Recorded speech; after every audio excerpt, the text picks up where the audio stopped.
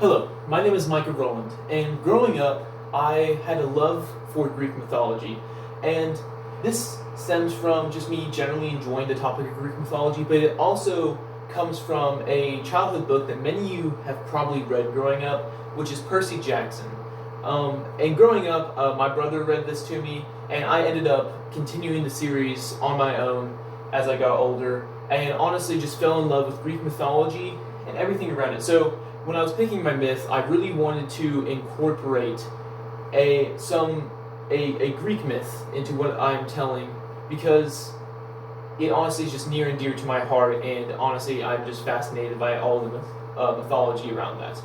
So, with no further ado, let me regale you with the story of Theseus and the Minotaur.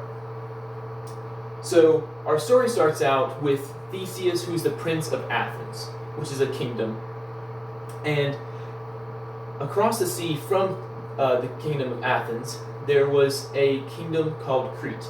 And the ruler of Crete was honestly a pretty benevolent ruler named King Minos. And King Minos long ago angered the god Poseidon. And because of his angering of the god Poseidon, his son, when he was born, was cursed to be a Minotaur. And this Minotaur will only eat human flesh. And because of this, King Minos is forced to decide how he's going to feed his Minotaur, because he can't kill him because this Minotaur is still his son and is still royalty. So instead what happens is King Minos, because one of his servants recommended this, decides to essentially take people from other kingdoms that are surrounding his kingdom. And so year after year, he sends out boats and he makes the fearful kingdoms, like Athens, sacrifice 6 women and 6 men to him to feed his monstrous son. And because his son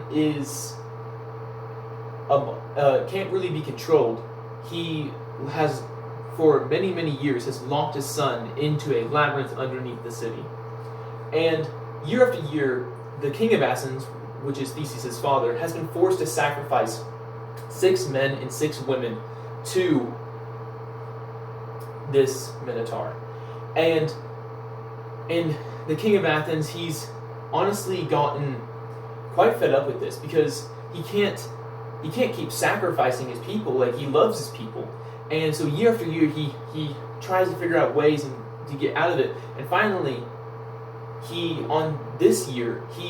prolonged, and he's trying to find every way that he could possibly have gotten out of it. And he's prolonged this, sending his people for so long that he angers King Minos.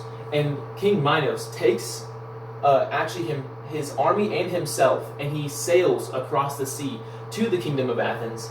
And at this point, he's furious. So as soon as he lands, he marches across the kingdom, and he doesn't just grab random people like he normally would be okay with being sent. He instead starts grabbing out of fury anybody that looks like they're of importance to essentially deal damage to the kingdom of Athens. And finally, King Minos arrives at Theseus, and King Minos, the king of Athens, seeing his son being taken away, he pleads with King Minos. He says, "King Minos, please do not take my son, because he is all I have." But King Minos will not have it. And so he grabs Theseus, but he does allow Theseus one last word with his father. And his father bends down to Theseus and he says, "Theseus, please, if you successfully succeed in killing the Minotaur, please raise white sails on your return ship instead of black ones to show me that you are okay." And so Theseus, hearing this, he agrees and goes with King Minos. Now, King Minos knows he's sentencing these people to their death, and so he does not treat them like prisoners. He treats them essentially like people on a paradise. So on the ride over there, they're in a lavish room with silk sheets, and they're given luxurious food. And when they get to the kingdom of Minos, they are treated to all sorts of luxuries, including dancing and fabulous feasts and wrestling. And Theseus, being honestly a very profound man. He competes in these wrestling matches and like eating contests, and he just bests everybody there. He's just unmatched. And so, and one of the events that they witness on a daily is King Minos' daughter, who is Ariadne, dances for them, and she wears a magical crown that, when struck against stone, lights in a brilliance of fire that does not burn her, but casts dazzling lights. And Theseus can tell that Ariadne has eyes for him, and he can feel the weight of her gaze, and he starts to fancy her back. And so, as the days go on, out of the 6 men and 6 women that have been taken from Athens to here, they started disappearing one day after another. And Theseus realizes that he soon will be sacrificed to the Minotaur. And so on the last day, before he is sacrificed, he finds Ariadne, and he kind of leverages the fact that she has feelings for him, and he asks her, "Is there any way that you can save me from my fate?" And Ariadne looks at him and goes, "Yes, there is." And so she begins to explain that, by saying, "I will leave you my dazzling crown to lead the way, and a sword for my brother the Minotaur, along with a roll of golden thread to lead you back out of the labyrinth. And I will stash these in the shadows of the labyrinth to allow you to get back out once you have slain my brother." And so Theseus, hearing this, he's pretty confident because he knows of his physical abilities.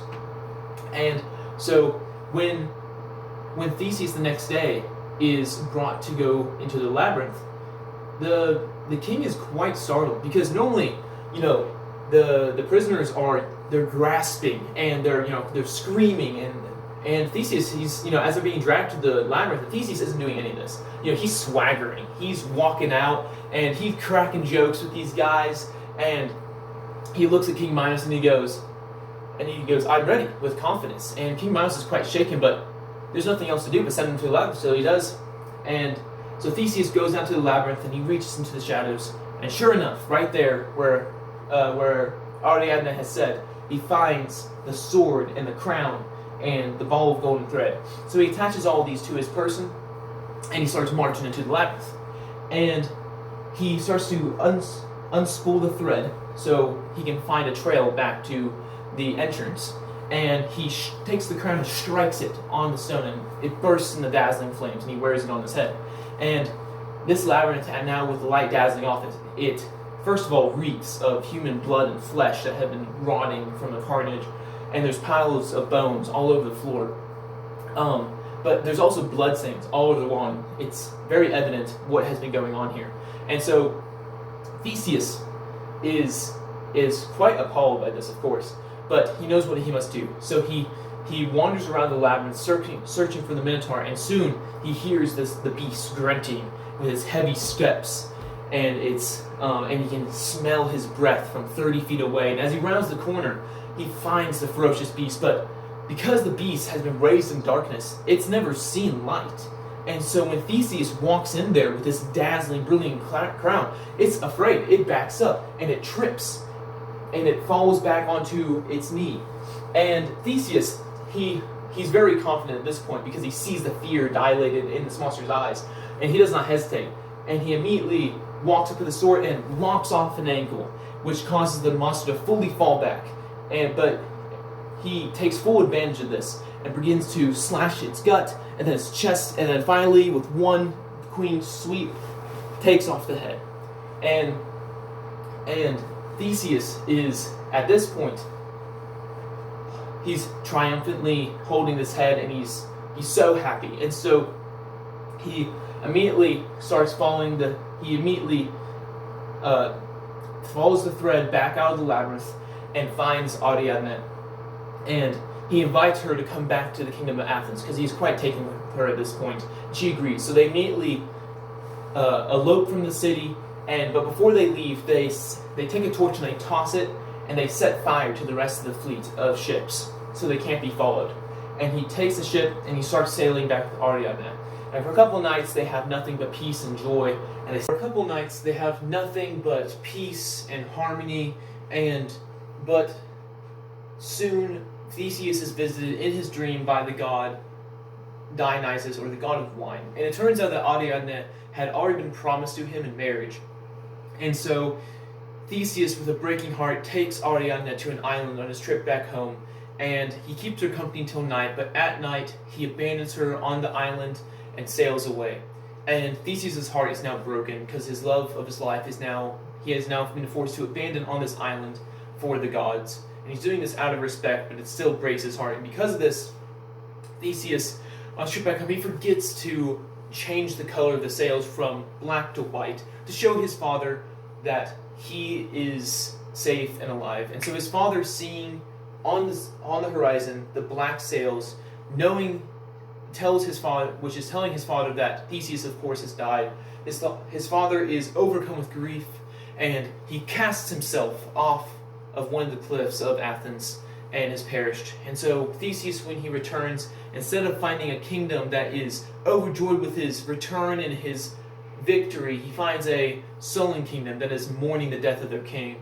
And so Theseus realizes that this journey that was supposed to be triumphant not only cost him the love of his life, but also his father. And so now Theseus understands that he has lost more in this journey than he could have ever gained.